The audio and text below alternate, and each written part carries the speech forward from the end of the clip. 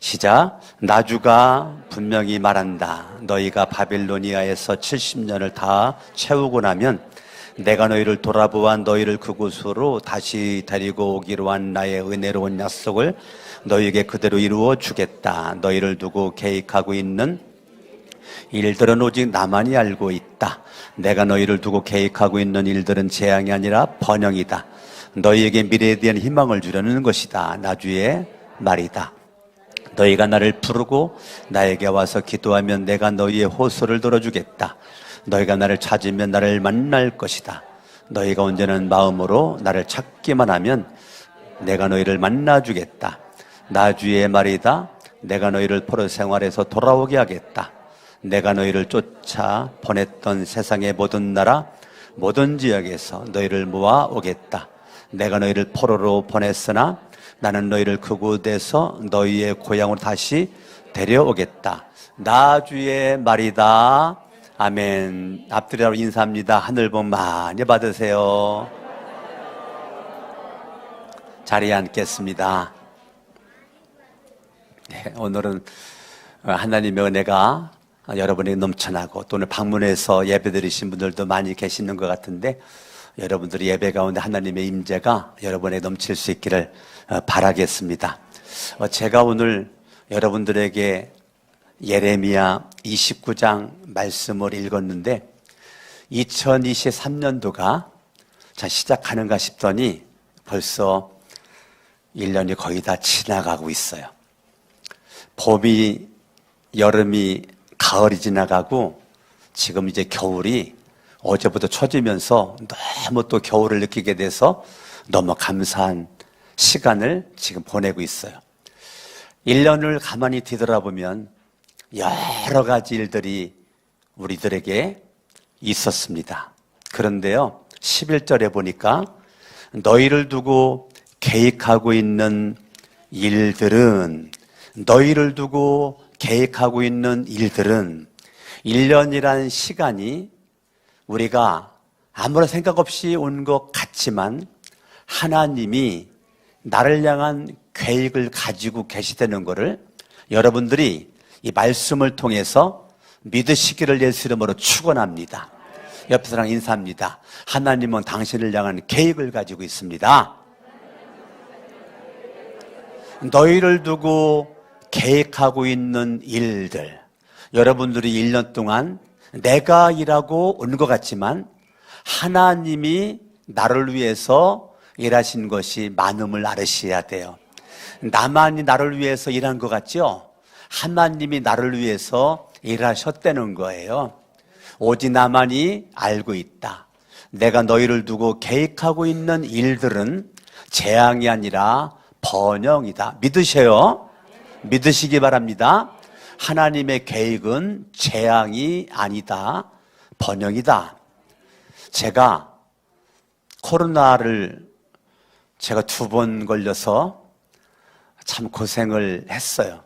첫 번째 코로나 걸리고 난 다음에 후유증이 왔는데 무릎이 약해지더라고요. 제가 막 계단을 3칸씩을 막 뛰어다녀도 1층부터 7층까지 웬만하면 엘리베이터 안 타고 막 걸어오고 2칸, 3칸씩 막 뛰어다녔었는데 그걸 못해 걷는 거예요. 강화도에서 오시는 우리 김민실 권사님, 이광찬 선생님 거기 집에 갔다가 앞에 텃밭이 있어가지고 거기를 내려가는데 이 돌로 이렇게 쌓아가지고 그거를 한 2m 정도가 되는데 지난번에는 내가 뛰어내려갔었거든요. 근데 그걸 못 뛰겠더라고요. 그래가지고 한 걸음 한 걸음씩 조심스럽게 내려가가지고 감따 먹었거든요. 예. 그런데 말입니다. 제가 버스를 타고 나갔다가 교회 앞에 정거장에서 내리려고 뒤에 앉아 있다가 이렇게 나오는데 손을 안 잡고 그냥 나오는데 이 버스가 갑자기 그 브레이크를 딱 잡는 거예요. 서서히 잡으면 좋을 텐데 그러니까 제 몸이 쏠리다 보니까 잡을 데는 없고 안 넘어지려고 양다리에 힘을 딱 주다 보니까 오른쪽 무릎이 딱 소리가 나는 거예요. 버스 안에서 소리가 그렇게 커요? 버스가 서는데 문 열어주는데 얼떨결에 내렸죠? 근데 제가 못 걷는 거예요. 앞에서 다행히 내 둘째 딸이 앞에서 내리는 거예요. 교회 앞에 내렸으니까 가까운데 제가 다리를 디딜 수가 없어가지고 주은아 손 좀. 근데 못 걷는 거예요. 주은아 안 되겠다. 어깨 좀 줘라. 주은이 어깨를 붙잡고 제가 깨금 발로 7층 서재방으로 와가지고 수요일 날이었어요. 우리 이동호 목사님이 설교를 하고 저는 누워서 TV 브라운관을 바라보고 이동호 목사 설교에 은혜를 받았어요. 거두를 수가 없는 거예요. 병원에 갔죠? 의사가 하는 얘기가 무릎 연골 촬영을 하고 CT 촬영을 하고 결과를 보는데 연골 파열됐다는 거예요. 의학적으로는 연골이 재생이 불가능하다는 거예요. 반드시 수술해야 된다는 거예요. 제가 의사 선생님에게 빨리 해야 되나요? 좀 여유가 있나요? 그랬더니 여유는 있다는 거예요. 그러면 제가 하나님을 믿는 사람인데 내가 믿는 하나님 앞에 내가 기도한 다음에 하나님이 네 은혜가 여기까지다. 수술해라. 그러면 내가 수술하러 오겠습니다. 의사 선생님한테 말씀을 드리고 그때부터 제가 기도를 시작을 했어요. 무릎에 손을 얹고 기도를 하고 또 왼쪽도 기도를 하고 발목도 손목도 팔꿈치도 어깨도 관절을 다 손 붙잡고 제가 기도를 하고 내가 목사님들 친구들에게 기도 부탁을 하고 선배 목사님들에게 기도 부탁을 하고 후배 목사님들에게 기도 부탁, 여러분들도 내 기도 부탁을 받았죠. 여러분들도 기도하고 목장 모임에서 기도 부탁을 하고 만나는 사람마다 기도 부탁을 하고 수시로 때때로 걸으면서도 잠깐 서서 무릎에 손잡고 기도를 하고 제가 그렇게 계속 기도를 했어요. 결과는 거의 다 낫은 거예요. 결과는 수술하지 않았는데 하루에 13,000보, 4,000보를 걸어도 괜찮은 거예요. 7층을 뛰어 올라와도 괜찮은 거예요. 내려가도 괜찮은 거예요. 의사가 깜짝 놀라는 거예요.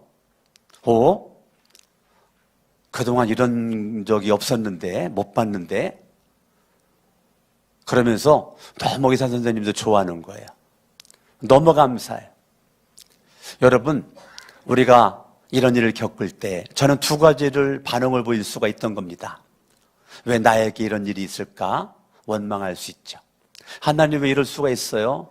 하나님 원망하고 내 안에 불평이 있을 수가 있습니다. 그거 선택할 수 있어요. 두 번째, 하나님 앞에 그런 가운데서도 감사할 수 있었겠죠. 저는 두 번째 감사를 선택했어요. 하나님께 감사를 선택을 해서 감사로 한 번도 불평한 적이 없어요. 감사로 하나님 앞에 넙죽 엎드렸어요. 틈만 나면 기도 부탁을 했어요. 그리고 내가 기도를 했어요. 결과적으로 치료가 됐죠. 하나님, 내가 하나님이 치료 안 해주시면 나 수술하겠습니다. 뭐 수술이 나쁜 거 아니잖아요. 의사도 하나님이 쓰시는 거니까 의사를 통해서 수술할 수 있는 거죠. 그것도 믿음이죠. 하나님 앞에 기도를 했어요. 내 친구 대전에 있는 친구 목사님이 족구하다가 다리 아킬레스건이 끊어졌다는 거예요. 수술했는데 저한테 보여주는데 아주 흉측하게 수술 자국이 그렇게 크게 있는데 세상에 힘들었겠다. 몇 개월 동안을 고생했다는 거예요. 근데 세상에 저는 무릎 연골 파열됐는데 하나님이 수술하지 않고도 낫게 해주셨으니까 2023년도 저에게는 큰 은혜와 축복이었어요. 하나님이 우리를 향한 계획이 다 있죠. 하나님이 저를 향한 계획은 이런 거를 통해서 하나님 앞에 회개 기도를 시키더라고요. 하나님, 내가 뭐 회개할 것이 있는 것 같아요. 하나님, 뭐를 회개할 거요? 하나님 생각나게 해주세요. 하나님 앞에 제가 생각나는 거 다 회개 기도하고 하나님 앞에 넙죽 엎드렸어요. 지난주 설교대로 여호와의 능력의 손날에 들어가는 것이 겸손이라고 그랬습니다. 여호와의 능력의 손날에 들어갔어요. 하나님을 찾았어요. 하나님을 부르짖었어요. 하나님은 나에게 무릎 연골 파열시켜서 재앙을 만나 멸망하고 망하는 길로 가려는 하나님의 계획이 아니고 하나님 무릎 연골 파열까지 허락하시는 것은 나를 번영하기 위한 하나님의 계획이었죠.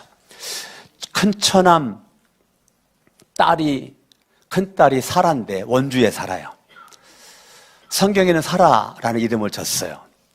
큰처남 딸이 고모부 생일 축하해요. 고맙다. 네가 생일 축하 전화도 하고. 고모부에게 생일 축하 선물하고 싶은데 선물 뭐 원하는 거 있어요? 글쎄 특별하게 원하는 거 없는데 고모부가 오른쪽 무릎 연골이 파열됐단다. 그래서 지금 치료받고 있다. 아, 고모부 그런 데가 무릎뼈 강화제 건강식품을 선물할게요. 택배로 보내왔어요. 내가 먹다 보니까 그게 이제 이틀만 먹으면 없더라고요. 근데 너무 고마운 거예요. 그래서 제가 어제 거 껍데기 썼거든요. 사라라고 써 있어요. 약 먹을 때마다 사라를 위해서 기도했거든요. 껍데기 사라. 그거 사진 찍고 그때 뉘어놓고 사진 찍어서 그거 사라한테 보내줬어요. 고맙다. 너 덕분에 너 고모부 뼈가 많이 튼튼해진 것 같다. 고맙다. 나 정말 고마운 마음으로 보냈거든요. 답장이 왔어요. 고모부님 또 보낼게요. 아니야 사라야 안 보내도 돼. 건강해졌어. 이게 더 보내라고 보낸 거 아니야. 고마워서 보낸 거야. 아니에요 고모부님. 그거 비싸지도 않아요. 또 보낼게요. 얼마나 고마워요. 여러분, 저와 여러분들이 1년을 살면서 여러 가지 인생의 문제를 만나는데 하나님은 재앙이 아니라 번영이에요. 하나님이 나를 향한 계획은 멸망이 아니에요. 번영이라니까요. 너희에게 미래에 대한 희망을 주려는 것이다. 나주의 말이다. 오늘 이 말씀의 근거에서 미래에 대한 희망을 하나님께서 우리에게 준다라고 하는 제목으로 따라합니다. 미래에 대한 희망. 누가 준다고요? 하나님이 주신다고요. 하나님의 생각은, 하나님의 마음은 재앙이 아니라 뭐라고요? 번영이다. 따라합니다. 미래에 대한 희망이다. 아멘. 이스라엘 하나님의 선민의 백성들이 바벨론 포로로 끌려갔을 때 이야기가 지금 예레미야 29장의 상황이에요. 하나님의 선민의 백성들이 바벨론 침공을 받고 많은 사람이 포로로 끌려갔습니다. 29장 1절에 보니까 장로님들이 끌려갔어요. 제사장들이 끌려갔어요. 예언자들이 끌려갔어요. 2절에 보니까 고관들이 끌려갔어요. 어머니가 끌려갔어요. 아버지가 끌려가고 형제들이 끌려가고 가족들이 뿔뿔이 흩어졌어요. 기술자들이 끌려갔고 대장장이들이 끌려갔어요. 많은 사람들이 전쟁의 포로가 돼가지고 바벨로니아로 끌려갔어요. 나라가 풍지박산이 난 겁니다. 끌려간 사람들이 있고 끌려가지 않은 사람들이 있는 거예요. 이유가 무엇인가? 1장부터 28장까지를 제가 다 봤거든요. 설교를 준비하기 위해서. 예레미야 전체를 다 봤어요. 예레미야와 함께 이사야 66장을 제가 다 봤어요. 오늘 설교 준비를 위해서. 원인은 한 가지예요. 백성들이 하나님을 떠나서 그런 거예요. 백성들이 우상을 섬긴 거예요. 우상을 섬겼어요. 이사야 시대나 예레미야 시대나 이사야, 예레미야 100년 차이거든요. 그런데 상황이 똑같아요. 이사야 시대도 우상을 섬겨서 하나님의 진노가 임했고 100년이 지난 예레미야 시대에도 어째 이렇게 포로가 되었을까? 우상을 섬기고 하나님을 떠나고 하나님의 뜻을 버리고 자기의 뜻대로 살아. 자기 마음대로 살아. 자기 고집대로 살아. 자기 생각대로 살아. 자기 주먹에 힘 가지고 살아. 그러니까 하나님께서 이렇게 한 거예요. 4절, 29장 4절. 남한군의 주 이스라엘의 하나님이 말한다. 내가 예루살렘에서 바벨로니아로 잡혀가게 한 모든 포로에게 말한다. 자, 하나님께서 바벨로니아로 잡혀가게 한 모든 포로에게 말한다는 거예요. 바벨론의 포로가 우연이 아니고 바벨론의 포로가 재수 없어가지고 포로가 되는 것이 아니고 하나님이 하나님의 백성들을 바벨로니아로 포로로 잡혀갈 수 있도록 하나님이 계획을 세웠다는 거예요. 하나님의 계획 속에 포로로 잡혀갔다는 거예요. 여러분의 인생에 여러 가지 일을 만났죠. 1년 동안. 아니 작년부터, 아니 재작년부터. 그 모든 것들이 하나님의 계획 속에 있다는 걸 여러분 이해가 안 돼도 믿으세요. 이해가 안 돼도 믿으세요. 마음이 받아들일 수가 없어도 그냥 믿으세요. 내 모든 인생은 하나님의 절대 주권 속에 있다. 서울에 많은 교회가 있지만 거룩한 선정교회 나온 것도, 이 시간 예배 나온 것도, 이 시간 강석원 목사 설교를 듣는 것도 하나님의 계획 속에 있다. 아멘. 우연은 없다. 진화론자들은 우연을 말하지만 우리 창조론자들은 우연이라는 단어를 쓰면 안 되고, 저는 지금까지 쓴 적이 없어요. 고1 때 예수를 믿고 지금까지 우연이라는 단어를 쓴 적이 없어요. 우리 창조론자들은 필연. 하나님의 섭리, 하나님의 뜻, 하나님의 주권. 예수님을 내 인생의 왕으로 주인으로 모신 저와 여러분 인들의 인생의 주권을 누구 손에? 하나님의 손에 있다. 하나님이 바벨로니아로 잡혀가게 한 모든 포로에게 말한다. 여러분 인생에 여러 가지 저와 여러분들이 사건과 여러 가지 문제와 여러 가지 절망적이고 여러 가지 어두운 일들이 1년 동안 그동안 많이 있었겠죠. 그러나 하나님이 모르는 게 없습니다. 예? 하나님이 뭐 하는 게 없다고요? 모르는 게 없습니다. 하나님이 나를 향한 계획이 있습니다. 하나님이 나를 향한 뜻이 있습니다. 하나님이 나를 향한 원함이 있습니다. 그 원함이 인생의 문제와 고난과 사건을 만날 때 하나님이 나한테 무엇을 원하는가를 질문하셔야 됩니다. 하나님, 질문하셔야 돼요. 하나님, 제가 지금 여기서 무엇하기 원하여 이거를 허락하셨나요? 라고 질문을 해야 됩니다. 여러분, 질문이 운명을 바꿉니다. 잘못된 질문은 운명을 망하게끔 만들고 올바른 질문은 운명을 멋지게 만들어 갑니다. 하나님 앞에 질문은 실력입니다. 여러분의 인생의 운명을 바꿀 수 있는 질문에서 나옵니다. 질문에 답이 있습니다. 할렐루야. 아멘, 아멘, 아멘. 여러분들이 하나님 앞에 믿음 가지고 나가는 것입니다. 많은 사람들이 인생에 이렇게 문제를 만날 때 많은 사람들이 인생이 그때부터 뒤죽박죽이 돼버립니다. 정신줄 나버려요. 정신이 혼매집니다. 하던 일도 안 합니다. 사명도 내돈댕이 쳐버려요. 교회도 안 나와요. 믿음의 다리도 떠나버려요. 다 모른다는 겁니다. 여러분, 미래가 저와 여러분들에게 희망이 되려면 인생의 문제를 만날 때 첫 번째 5절 읽어요. 시작. 너희는 그곳에 집을 짓고 정착하여라. 과수원도 만들고 열매도 따 먹어라. 일상생활이 정리가 돼야 됩니다. 인생의 문제를 만날 때 일상생활이 질서가 있어야 됩니다. 인생의 문제, 사건을 만날 때 일상생활이 무너지면 안 됩니다. 인생의 문제를 만날 때 한없이 그냥 이불 속에서 늘어지게 잠을 자도 아무런 생각 없이 그냥 여러분 뒹굴뒹굴 안 됩니다. 일상생활이 여전해야 됩니다. 아침에 되면 일어날 줄 알고, 저녁에 되면 잠잘 줄 알고, 때가 되면 밥 먹을 줄 알고, 인생의 문제를 만날 때 밤에 잠을 못 자고 이따가 늦게까지 오전 내내 그냥 잠을 자고 오후에 일어나고 사람도 안 만나고 밥도 안 만났고, 그러면 하나님의 뜻이 거기에 있는 것이 아닙니다. 하나님은 재앙이 아니고 번영이기 때문에 저와 여러분들이 미래가 희망되려면 일상생활이 병들면 안 됩니다. 일상생활이 뒤죽박죽되면 안 됩니다. 여러분, 많은 사람들이 이렇게 어려운 일 당할 때 일상생활이 뒤집어져 버려요. 그런데 하나님은 예레미야를 통해서 말합니다. 바벨론 포로 잡혀간 그곳에 가서 집을 져라. 왜 집을 져요? 희망이 있으니까 집을 짓는 거죠. 왜 집을 져요? 살 수 있는 집을 짓는 거죠. 정착하여라. 방황하지 말고 정착해. 미국으로 이민 간 사람들이 빨리 행복하려면 어떻게 행복해지죠? 우리 미국에서 교수로 있는 우리 계신 분이 계신데, 미국에 갔을 때 빨리 행복해지려면 어떻게 해서 행복해졌을까요? 빨리 행복해지려면 돈 많이 벌어야 행복하나요? 어떻게 출세에 행복하나요? 어떻게 행복해요? 미국 갔을 때 이민 갔어. 어떻게 해요? 윤정아, 너 독일 간다며.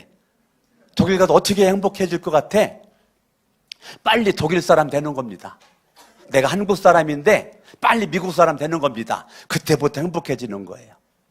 미국 갔을 때 빨리 미국 사람 되는 거예요. 미국 갔는데 한국 사람으로 계속 살면 여전히 불행합니다. 독일 갔는데 계속 한국 사람으로만 살아. 그러면 그 사람은 계속 불행합니다. 방법은 빨리 미국 사람 되고 빨리 독일 사람 되는 거예요. 그러면 그때부터 행복해지는 것입니다. 저와 여러분들이 빨리 바벨로니아 포로로 갔어? 빨리 그곳에 집을 져, 정착을 해, 과일나무도 심어, 다듬어, 거름도 줘, 열심히 땀을 흘려, 일을 해. 그리고 과일나무 열매도 따먹어. 일상생활이 병들면 안 돼요. 두 번째 6절입니다. 너희는 장가를 들어서 딸을 낳고 너희 아들들도 장가를 보내고 너희 딸들도 시집을 보내어 그들도 맏딸을 낳도록 하여라. 너희가 그곳에서 번성하라. 줄어들지 않게 하여라. 부부 생활이 문제가 되면 안 돼요. 부모 자식 간에 문제가 되면 안 돼요. 가정생활이 어둠이 틈타면 안 돼요. 인생의 문제와 사건을 만날 때 가정이 무너지면 안 돼요. 대부분 인생의 물질의 문제, 건강의 문제, 여러 가지 문제가 있을 때 부부관계가 깨져요. 부모 자식 관계가 깨져요. 형제관계가 깨져요. 안 됩니다. 일상생활이 정상되고 가정생활이 정상돼야 됩니다. 아멘. 아멘. 세 번째 7절 같이 읽어요. 또 너희는 내가 사로잡혀 가게 한 그 성읍이 평안을 누리도록 노력하고 그 성읍이 번영하도록 나 주에게 기도하여라. 그 성읍이 평안해야 너희도 평안할 것이기 때문이다. 이웃을 사랑해야 돼. 인생의 문제를 만날 때 모든 이웃이 원수야. 바벨로니아 사람 다 원수야. 만나는 모든 사람이 저 죽일 놈들이야. 그런데 하나님은 뭐라고 말해요? 바벨론 사람들을 위해서 기도해라. 그 사람들을 축복해라. 내 계획 속에 니들 포로된 거야. 내 계획을 뿌리치지 말어. 그들을 축복해. 그것이 너희들이 잘 되는 거다. 자, 인간의 생각과 달라요. 인생의 문제를 만날 때 일상생활이 정상돼야 돼요. 부부관계, 가정생활이 정상돼야 돼요. 가정이 행복하고 아들, 딸 낳고 행복하게 살아야 돼요. 환경에 영향받지 말고 하나님의 절대 주권 속에서. 세 번째, 이웃에게 사랑을 나눠줘야 돼요. 이 사람들이 문제 생기면 자기만 알아요. 자기밖에 몰라요. 문제가 생길수록 이웃에게 사랑을 나눠줄 수 있는 마음, 원수라도 그 머리 위에 숯불을 피워놓을 수 있는 사랑의 화신이 돼야 돼요. 바벨로니아 사람들을 축복해라. 하나님 앞에 축복 기도를 해줘라. 번영 기도를 해줘라. 아멘. 아멘. 미래가 희망되려면 여러분들이 네 번째 성경을 봅니다. 8절 시작. 나 만군의 주 이스라엘의 하나님의 분명히 말한다. 너희는 지금 너희 가운데 있는 예언자들에게 속지 말고 점쟁이들에게 속지 말고 꿈쟁이들의 꿈 이야기도 거짓 듣지 말아라. 9절 그들은 단지 나의 이름을 팔아서 너희에게 거짓 예언을 하고 있을 뿐이다. 네 번째 영적 분별력입니다. 첫 번째 일상생활 성실하셔야 돼요. 두 번째 부부생활, 가정생활 멋진 하나님 손 이끌림 받길 바라고. 세 번째 이웃사랑, 원수사랑 나는 끝까지 사랑하는 거예요. 네 번째 영적 분별력입니다. 여러분 사람이 인생의 문제를 만날수록 분별력이, 판단력, 인사이트가 희미해져 버려요. 그러니까 더 문제에 꼬리에 꼬리를 물고 더 커지는 거예요. 주먹만한 문제가 머리통만해지고 더 커지는 거예요. 왜? 분별력이 없어서. 분별력이 흐려버려. 그런데 지금 하나님은 예레미야를 통해서 속지 말라는 거예요. 분별력을 가지고, 영적 분별력을 가지고 속지 말라는 거예요. 10절 말씀 바라봤더니 나주가 분명히 말한다. 너희가 바빌로니아에서 70년을 다 채우고 나면 내가 너희를 돌아보아. 자, 나를 누가 돌본다고요? 하나님이 나를 지금 누가 보고 계셔요? 하나님이 보고 계신다니까. 하나님이 계획하고 계신다니까요.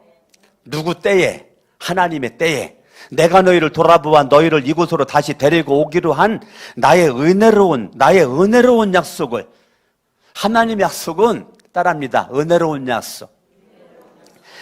저희 교회는 개정개혁 성경을 썼다가 새번역 성경으로 바꿨어요. 그러니까 제가 읽는 거는 지금 새번역 성경을 읽는 겁니다.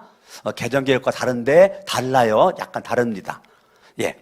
내가 너희를 돌아보아 너희를 이곳으로 다시 데리고 오기로 한 나의 은혜로운 약속을 너희에게 그대로 이루어 주겠다. 하나님의 은혜로운 약속이 저와 여러분들에게 연결되어 있습니다. 할렐루야. 아멘. 하나님은 저와 여러분들에게 재앙이 아니야, 번영이야, 미래에 대한 희망이야. 그렇게 되려면 12절 불변적으로 끝나면 안 돼요. 하나님의 능력이 손날에 들어가 너희가 나를 부르고 그럼 내가 듣겠다. 너희가 내게 와서 기도해. 그럼 내가 듣겠다. 내가 너희 호소를 들어주겠다. 12절 읽어봐요. 시작. 부르고 내게로 와서 기도하면 내가 너희의 호소를 들어주겠다. 아멘. 여러분, 미래가 희망되려면, 미래가 재앙되지 않고 희망되려면 하나님 앞에 무릎 꿇고 예수의 이름으로 나아가면 하나님이 보시고 들어주시겠다는 것입니다. 13절 읽어요. 시작. 너희가 나를 찾으면 나를 만날 것이다. 너희가 온전한 마음으로 나를 찾기만 하면 14절 내가 너희를 만나 주겠다. 할렐루야. 아멘 아멘. 저와 여러분들이 결론 내리겠습니다. 미래가 희망되려면 다른 것 없어요. 하나님 앞에 믿음으로 하나님 절대 주권을 인정을 하고 감사함으로 기도하면 하나님이 보시고 들으시고 응답해 주시고 인도해 주시겠다는 거예요. 네가 나를 찾아 내가 만나 주겠다는 거예요. 기다렸다는 듯이 만나 주시겠다는 거예요. 부르짖으면 들어주시겠다는 거예요. 할렐루야. 아멘 아멘. 아들 전도사가 대전 침례신학대학교 3학년 다니고 전도사로 있는데 이제 사역하다 보니까 주말에도 못 와요. 지지난주에 아빠 죄송한데 용돈 5만 원만 보내주세요. 문자가 왔어요. 제가 바로 1분 안에 10만 원을 보내줬어요. 아들한테 바로 문자가 왔어요. 아빠 왜 이렇게 많이 보냈어요? 내가 한마디 했어요. 민구 전도사가 내 아들이니까.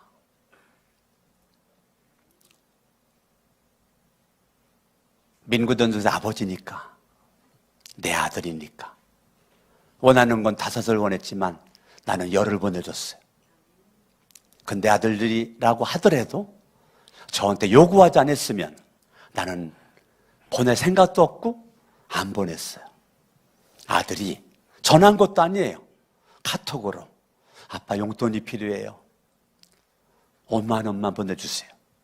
아들이 그거 안 했으면 난 안 보냈다니까요. 아무리 하나님의 아버지지만 여러분이 하나님 앞에 무릎 꿇지 않고 하나님을 부르지 않고 하나님께 요구하지 않으면 하나님은 아버지라도 여러분들에게 알아서 주지 않아요.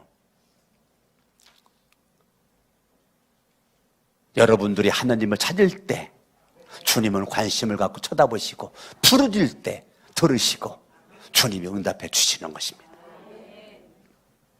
다 같이 일어나셔서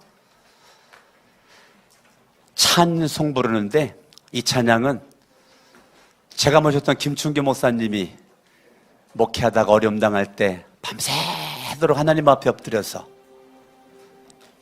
철회하게 돌아가면서 이 찬송 한 장만 밤새도록 눈물로 불렀다는 거예요. 제가 그때부터 이 찬양을 좋아해요. 지금도 이 찬양을 생각하면 김종기 목사님의 눈물이 생각이 나요. 이 찬양을 부르면서 밤새도록 울었다는 거예요. 저도 그때부터 저도 이 찬양을 부르면 굉장히 눈물이 나. 여러분들이 한번 95장 찬양 한번 올려드려 보겠습니다.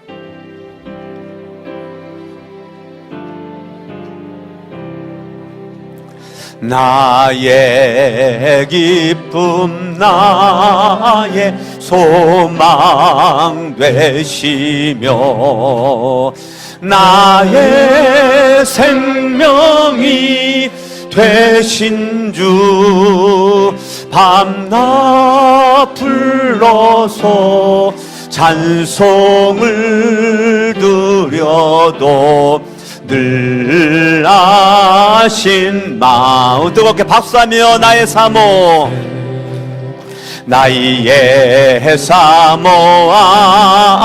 선한 목자는 어느 꽃다운 동산에 양의 무리와 늘 함께 가셔서 기쁨을 함께 하실까.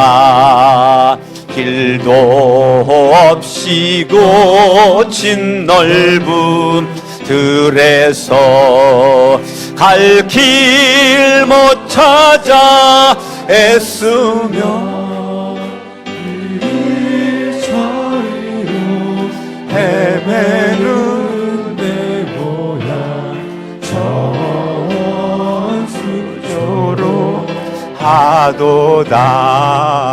주의 자비롭고 화평한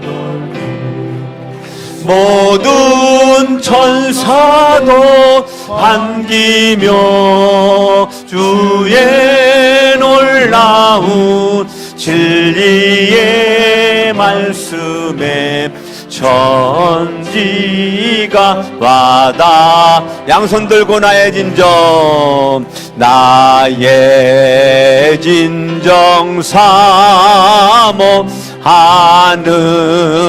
예수. 아멘.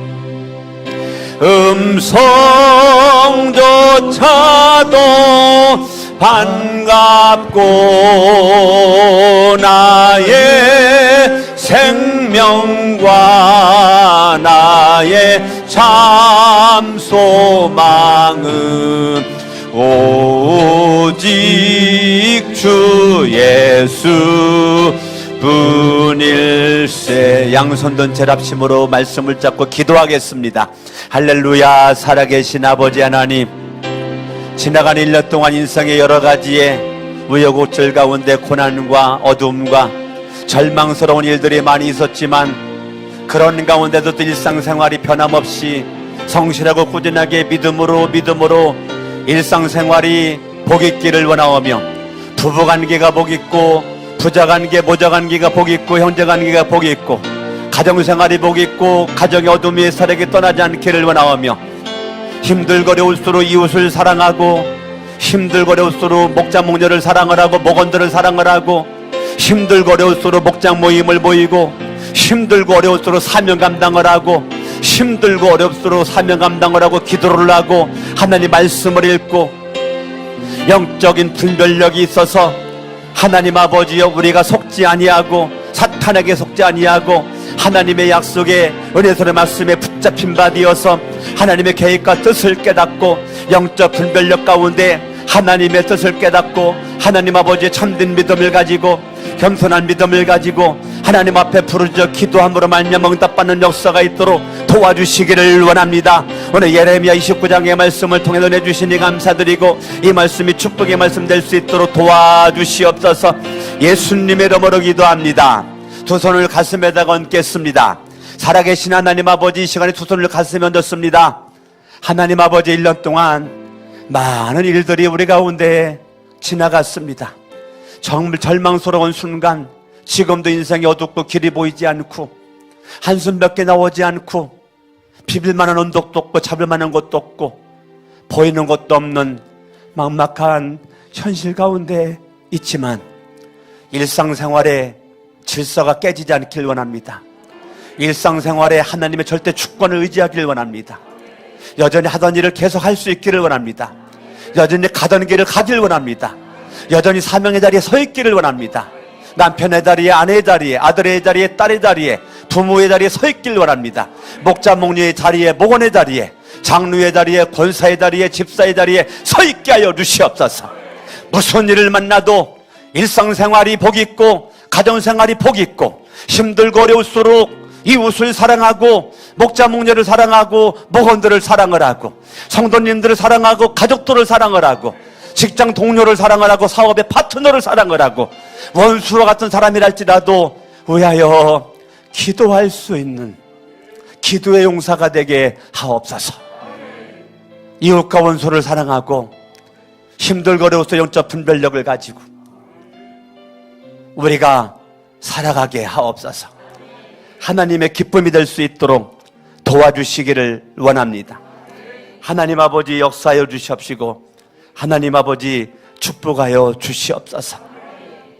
하나님 앞에 겸손히 무릎 꿇고 내 뜻을 버리고 하나님을 멀리하고 떠났던 것을 회개하고 내 마음에 물질이 우상된 걸 회개하고 부모 형제가 이성이 아내가 남편이 아들 딸이 우상된 거 회개하고 명예 권력이 우상되었던 것 철저히 회개하고 하나님 앞에 무릎 꿇어 기도하여 응답받는 역사가 있도록 도와주시기를 원합니다.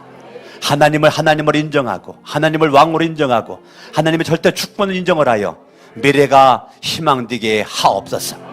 미래가 희망되게 하여 주시옵소서. 미래가 희망되게 하여 주시옵소서. 누가복음 24장 21절의 말씀대로 예수가 희망이다. 예수가 소망이다. 예수가 희망이다.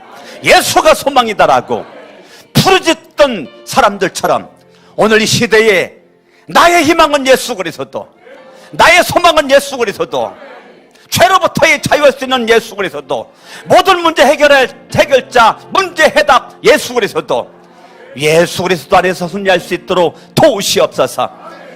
예수 이름으로 명하는 어둠의 세력은 떠나갈지어다. 예수 이름으로 명하는 모든 질병은 암덩어리는 떠나갈지어다. 불치의 병도 떠나갈지어다.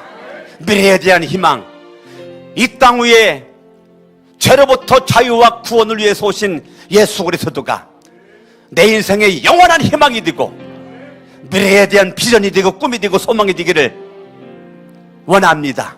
이제는 우리 주 예수 그리스도 은혜와 하나님 아버지의 사랑하심과 성령님의 가망없는 역사 충만 내주하심이 2부 예배를 드린 모든 분들 머리 위에 이후로 영원토록 함께 하시기를 간절히 축원하옵나이다. 아멘.